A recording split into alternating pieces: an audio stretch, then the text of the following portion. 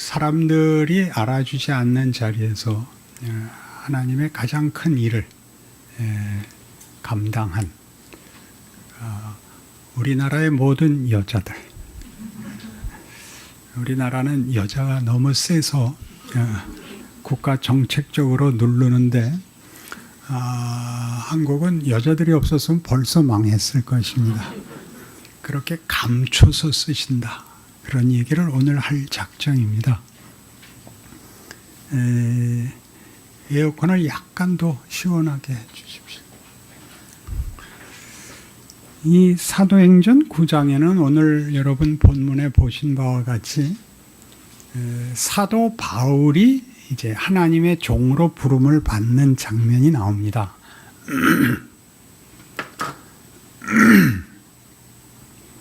그런데 이제 기이하게도 대부분의 성도들은 이 장면을 바울의 회심이라고 부릅니다.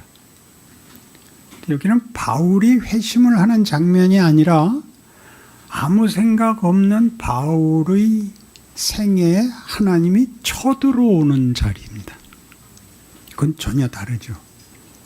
그러니까 우리 신앙에서 제일 핵심되는 게 뭐냐면 기독교 신앙은 우리의 정성과 진심을 보상받는 종교가 아니라 하나님이 우리를 만드셨고 우리가 거부한 인생과 운명을 회복하시고 기어코 영광된 승리를 만들겠다. 그러는 것이 기독교 신앙입니다. 그래서 이 장면은 여기가 이제 9장인데 9장 앞에 8장이 있고 그 앞에 7장에서 스데반 집사의 순교가 나옵니다. 스데반 집사는 초대교회에 처음 뽑힌 7명의 집사 중에 하나고 성령이 충만하고 사람들에게 칭찬을 받는 사람이었습니다. 그리고 모든 유대인들 앞에서 예수가 누구인가를 증언한 큰 설교를 한 사람인데 뜻밖에도 스데반의 설교에 사람들이 많이 은혜를 받고 구원을 받았다는 기록은 없고 사람들이 돌을 들어서 그를 쳐 죽였다. 이렇게 사도행전 초반에 나오는 분위기와 전혀 다른 장면이 나옵니다. 어제 우리 잠깐 살핀 사도행전 4장을 근거로 해서 그 앞에 오순절 성령 강림, 또 베드로의 설교, 안진뱅이 일으키는 사건, 또 핍박을 받았으나 힘을 내서 믿음을 지키기로 한 초대교회 성도들 이야기 같은 것에 다 앞에서는 3,000명이 회심하고 뒤에서는 5,000명이 회심했지만 스데반의 설교에서는 성령과 지혜가 충만하고 사람들에게 칭찬받는 사람의 큰 설교에 아무도 회심했다는 이야기는 없고 돌에 맞아 죽습니다. 그리고 그 돌을 던진 사람들 중에 책임자는 이 바로 바울입니다. 나중에 바울로 이름이 개명되고 이때는 사울로 불리던 이 바리새인이며 유대인이며 자신들의 선조들의 신앙을 지키려는 열심에서 예수를 반대하고 예수 믿는 자들을 죽이던 핍박자였습니다. 오늘 본문 1절에서 보는 바와 같이 사울이 주의 제자들에 대하여 여전히 위협과 살기가 등등하여 대제사장에게 가서 다메섹 여러 회당에 가져갈 공문을 청하니 이는 만일 그 도를 따르는 사람을 만나면 남녀를 막론하고 결박하여 예루살렘으로 잡아오려 함이라. 이렇게 되어 있습니다. 살기가 등등해서 예수 믿는 자들을 잡으러 가고 있는 중에 다메섹으로 가던 길에서 주께서 나타나시는 겁니다. 그러니까 그의 어떤 열심이나 진심이나 기도나 어떤 것도 원인일 수 없는 예수와의 조우입니다. 호련히 밝은 빛이 비치고 사울은 꼼짝없이 붙잡힙니다. 어떤 초월적인 힘과 임재 앞에 사울아, 사울아, 네가 어찌하여 나를 핍박하느냐 하는 소리를 듣습니다. 묻죠. 누구십니까? 나는 네가 핍박하는 예수다. 이렇게 된 겁니다. 이때까지 아직도 사울은 예수를 핍박하는 자고 예수와 대적이 된 자인데 예수께서 만나서 그의 가는 길을 막고 그의 생각에 개입해 들어오셔서 도전하십니다. 사울이 눈은 떴으나 아무것도 보이지 않고 주변에 있던 사람들은 우레 같은 큰 소리는 들었으나 말은 못 알아먹었고 그는 직가라는 동네에 들어가서 사흘 동안 고민하게 됩니다. 내가 거짓 선지자라고 믿고 그의 죽음을 마땅히 여기고 그를 따르는 제자들을 죽이고 그 길을 가던 중에 그 예수가 나를 만나시고 그 초월적인 영광과 위엄과 권세를 보아하니 그분이 틀린 것 같지 않고 내가 틀린 것 같다. 나는 도대체 뭘 하고 있는 건가? 내가 믿고 자신했던 내 인생은 뭐란 말인가? 이렇게 됐죠. 그러자 또 주께서 직가에 있는 아나니아라는 선지자에게 나타나서 너 거기에 직가라는 동네에 가서 사울을 찾아서 그에게 안수하여 눈을 뜨게 해라. 그 아나니아가 대꾸를 이렇게 하죠. 이 사람이 예수 믿는 자들을 대적하고 핍박하고 죽이고 지금도 그러는 사람입니다. 어찌 제가 가서 그에게 안수하여 그의 눈을 뜨라고 합니까? 이 사람은 내가 모든 사람들, 특별히 임금들과 권좌에 앉아있는 사람들에게 복음을 전하기 위하여 택한 내 그릇이다. 그가 얼마나 이 일을 하면서 고난을 받아야 할지 내가 그에게 알리리라. 이렇게 됩니다. 여기에 어디 바울의 어떤 자발적인 소원, 기도, 신앙, 원인, 자격 같은 게 있습니까? 아무것도 없습니다. 우리 내일 되면 이 문제에 대해서 더 깊은 얘기를 하겠습니다만은 오늘은 바울의 생애에 좁혀서 바울은 기독교인이라면 누구나 부러워하고 그리고 소원하는 사람입니다. 왜요? 그는 신약 성경 서신서의 대부분을 쓴 사람입니다. 그는 3차에 걸친 선교 여행을 터키와 유럽으로 다녔고 그는 아마 스페인까지 갔었던 것으로 추정이 되고 그리고 복음을 전하는 일에 수많은 난관이 있고 옥에도 갇혔으나 그는 그것을 감수했고 기쁘게 그의 목숨이 끊어지는 날까지 충성하고 후세에 오고 오는 모든 기독교인들에게 2000년 기독교 역사에 가장 큰 영향을 미칠 이 성경의 서신서들을 남겼습니다. 그러나 그는 준비되어 있지도 않았고 소원하지도 않았고 비전을 가지지도 않았고 기도하지도 않았고 그 일을 상상도 하지 않았던 사람을 하나님이 이렇게 쓰신 겁니다. 그러니 바울을 부러워한다는 것은 바울의 명성, 바울의 업적을 부러워하는 것은 성경이 하고 싶은 얘기가 아닙니다. 어떻게 우리 인생이 우리의 계획과 우리의 판단과 우리의 선택 속에 있지 않고 보다 큰 하나님의 자비와 권능과 긍휼과 선하심과 복주심 속에 있는가를 확인하는 일에 우리가 바울을 증인으로 삼아야 됩니다. 그러나 그렇게 하지 않습니다. 여러분들이 지금 갖고 있는 어떤 억울함들, 북한에서부터 남한에 왔고 와보니 살기 힘들고 또는 남한 사람들에게도 똑같이 발견되는 아무리 열심히 살아도 만족스러운 삶을 살기가 어렵고 세상은 점점 어렵고 우리들 지금은 남한 사람들 다 이 얘기합니다. 너무 치열하다. 좀 인정머리도 있고 서로 양보도 하고 서로 웃어주는 나라가 됐으면 좋겠다. 무슨 경제대국 이런 거 이제 그만하자. 그런 말들이 우리 입에서 터져나오고 있습니다. 나는 왜 한국에 태어났을까? 제가 가끔 기도하러 가는 강남 금식 기도원이라는 데 있는데 거기서는 아예 노골적으로 대놓고 이렇게 기도를 합니다. 하나님, 우리나라를 카나다 같이 만들어 주옵소서. 우리나라를 독일 같이 만들어 주옵소서. 그게 무슨 정신 나간 기도예요. 이게. 무슨 이렇게 땅덩어리 넓고 싸우지 않고 넉넉하고 웃고 살아도 되고 그렇게 하나님이 안 하고 왜 이 치열한 나라에 남북이 갈리고 서로 으르렁거리고 만나면 인상 쓰고 시비 걸고 원망하고 분노하는 나라에 아무런 권력도 지위도 기댈 언덕도 그리고 뭣도 없이 내 인생을 이렇게 하나님이 놔두시는가? 이 원망이 우리 모두에게 당연히 있어야 됩니다. 바로 이 원망의 부분이 바울에게도 있는 겁니다. 바울은 이 다메섹 도상에서 예수께서 그를 만나기 전까지는 자기가 뭐 하는 줄을 몰랐습니다.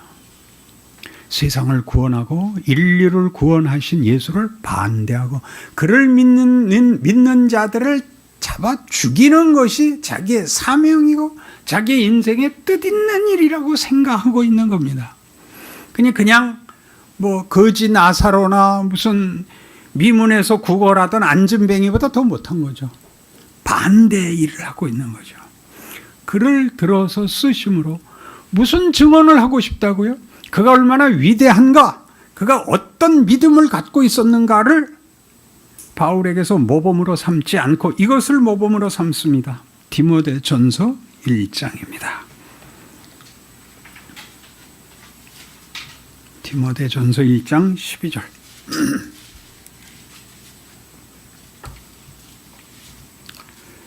디모데전서 1장 12절. 나를 능하게 하신 그리스도 예수 우리 주께 내가 감사함은 나를 충성되이 여겨 내게 직분을 맡기심이니 내가 전에는 비방자요 박해자요 폭행자였으나 도리어 긍휼을 입은 것은 내가 믿지 아니할 때 알지 못하고 행하였습니다. 우리 주의 은혜가 그리스도 예수 안에 있는 믿음과 사랑과 함께 넘치도록 풍성하였도다. 믿보다 모든 사람이 받을 만한 이 말이요 그리스도 예수께서 죄인을 구원하시려고 세상에 임하셨다 하였도다. 죄인 중에 내가 괴순이라. 그러나 내가 긍휼을 입은 까닭은 예수 그리스도께서 내게 먼저 일차 오래 참으심을 보이사 후에 주를 믿어 영생 얻는 자들에게 본이 되게 하려 하심이라. 영원하신 왕 곧 썩지 아니하고 보이지 아니하고 홀로 하나이신 하나님께 존귀와 영광이 영원 무궁하도록 있을지어다. 아멘. 이렇게 끝납니다.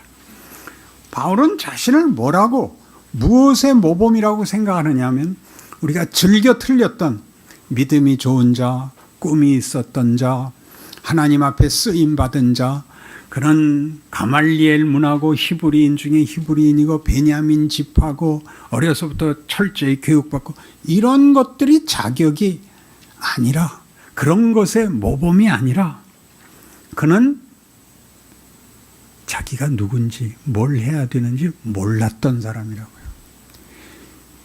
내가 비방자고 박해자고 폭행자였으나 긍휼을 받은 것은 내가 그때 몰랐었다.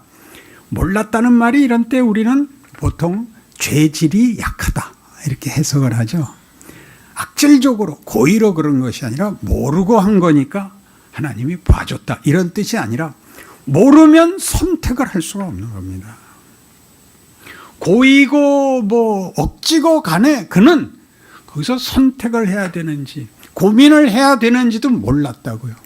모르면 끝이라고요. 최고의 죄는 뭐다? 무지입니다. 어떤 무지? 하나님이 계시는 거 모르는 거. 최고의 죄입니다. 하나님이 나를 사랑하고 있다는 거 모르는 거. 그게 최고로 원통한 겁니다. 근데 이런 일들보다 우리는 자꾸 보상을 받고 자격을 심사받는 차원에서 기독교 신앙을 동원하는 바람에 늘 원망이죠. 소원은 있으나 하나님이 나에게 보답하지 않으셨습니다. 나를 이런 나라에 태어나게 하셨습니다. 내가 기도할 때는 어디 계시다가 기도 안 하는 놈은 잘 살게 해주고 내 기도는 안 들으시는 겁니까? 다 하나님 책임입니다. 이게 우리의 원망입니다. 신앙 인생에서 제일 큰 시험이 뭐냐? 이 원망이죠. 원망 자체가 잘못된 것이 아니라 지금의 조건과 지금의 내 지위가 다른 사람보다 억울하다고 생각하는 건데, 사도 바울 얘기만 해도 그렇습니다. 그는 하나님의 사도가 될 아무런 자격이 없습니다. 그의 관심은 온통 뭐였다고요? 예수 믿는 자 잡아 죽이는 게 자기 생애의 가장 큰 일인 줄 알고 있었다고요.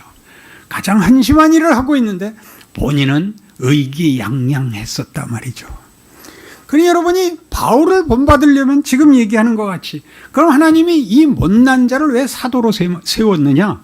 여기 얘기가 그거죠. 16절 다시 봅니다. 그러나 내가 긍휼을 입은 까닭은 예수 그리스도께서 내게 먼저 일체 오래 참으심을 보이사 후에 주를 믿어 영생 얻는 자들에게 본이 되게 하려 하심이라.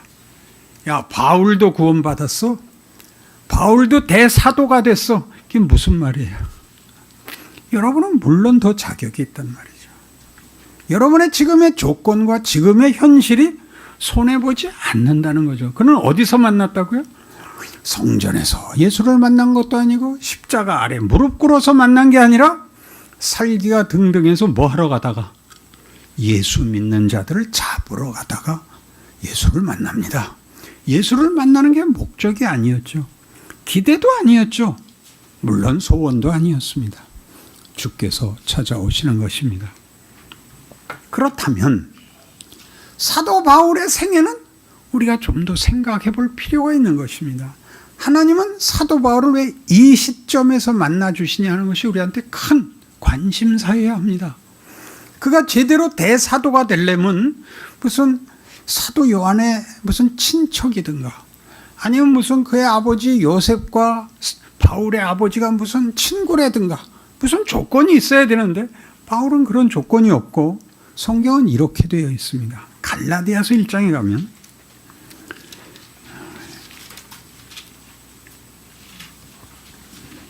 13절에 제 성경으로 302쪽입니다. 302쪽 갈라디아서 1장 13절.